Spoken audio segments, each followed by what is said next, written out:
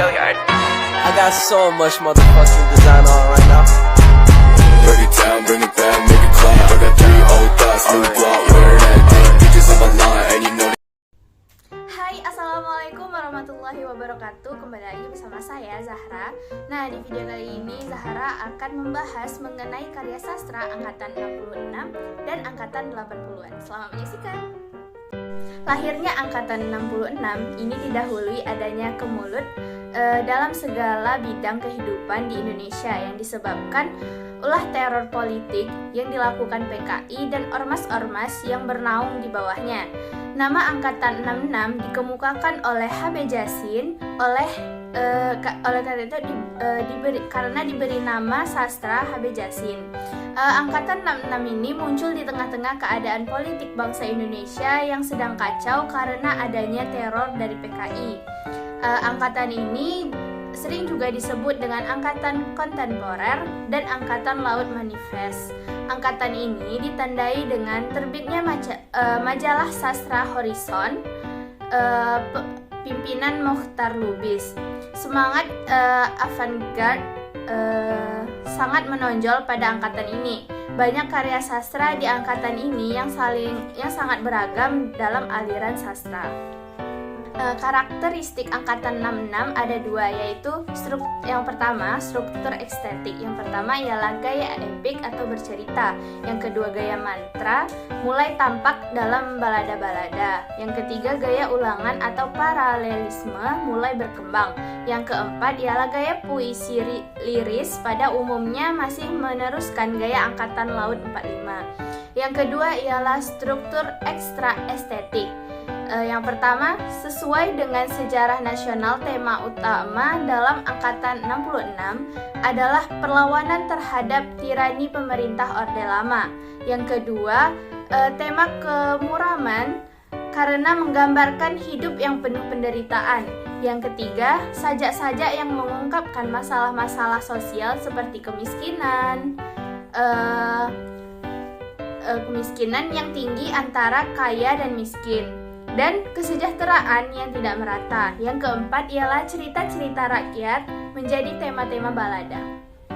Tokoh-tokoh angkatan ini ialah Taufik Ismail, Gunawan Muhammad, Sapardi Djoko Damono, dan lain-lain.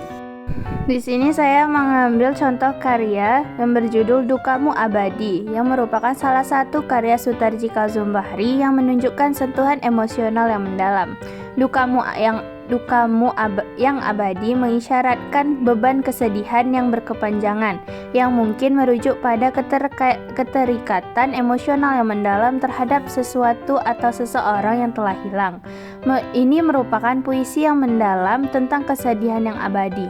Puisi ini menggambarkan rasa kehilangan yang tak pernah hilang dan betapa duka itu tetap ada selamanya.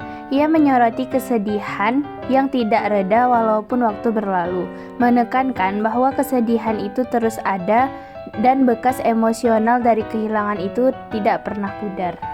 Sastra angkatan 80-an ini lahir pada saat pemerintahan Soeharto di era Orde Baru, yang dimana pada masa era Orde Baru memiliki ciri semua keputusan berporos pada presiden dan hak suara rakyat sangat dibatasi. Sastra angkatan 80-an ini memiliki peraturan yang memberatkan para sastrawan Indonesia. Sebuah karya yang dianggap berisi dengan provokasi dan mengancam akan segera ditindaklanjuti oleh pemerintah pada saat itu. Contohnya terdapat pada karya majalah Jajak. Majalah tersebut menceritakan tentang budaya dan kesenian Indonesia. Dengan adanya kejadian tersebut menjadikan alasan tentang tema yang dimuat pada angkatan 80-an ini, yaitu tentang roman percintaan dan kisah kehidupan saat itu, yang dimana sifatnya tidak menyinggung, mengancam, dan memprovokasi. Periode 80-an merupakan sastra yang dinamik, yang bergerak bersama masyarakat dengan wawasan konstitusional. Karakteristik angkatan 80-an yang pertama itu didominasi oleh karya sastra puisi, prosa dan drama, sajak, film, dan esai. Yang kedua, penuh semangat eksperimentasi dalam berekspresi, merekam kehidupan masyarakat yang penuh keberagaman pemikiran dan penghayatan modernisasi.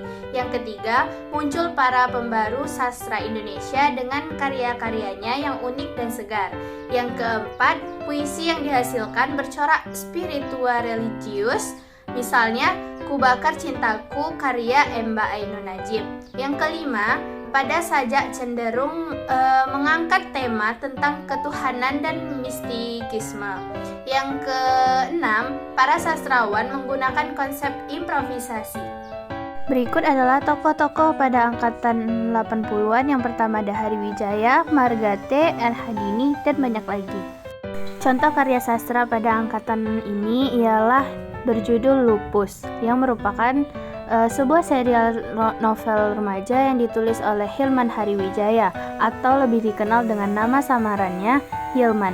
Serial ini menceritakan kisah-kisah sehari-hari dari seorang remaja laki-laki bernama Lupus yang menghadapi berbagai macam masalah di sekolah dan dalam kehidupan sehari-hari.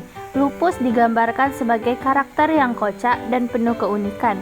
Sementara kisahnya juga mengangkat berbagai isu yang relevan dengan kehidupan remaja pada masanya. Serial ini telah menjadi populer di Indonesia sejak pertama kali diterbitkan pada tahun 1986 dan kemudian diadaptasi menjadi film dan serial televisi. Make it clap, I got 3 old thoughts, new block, wearing that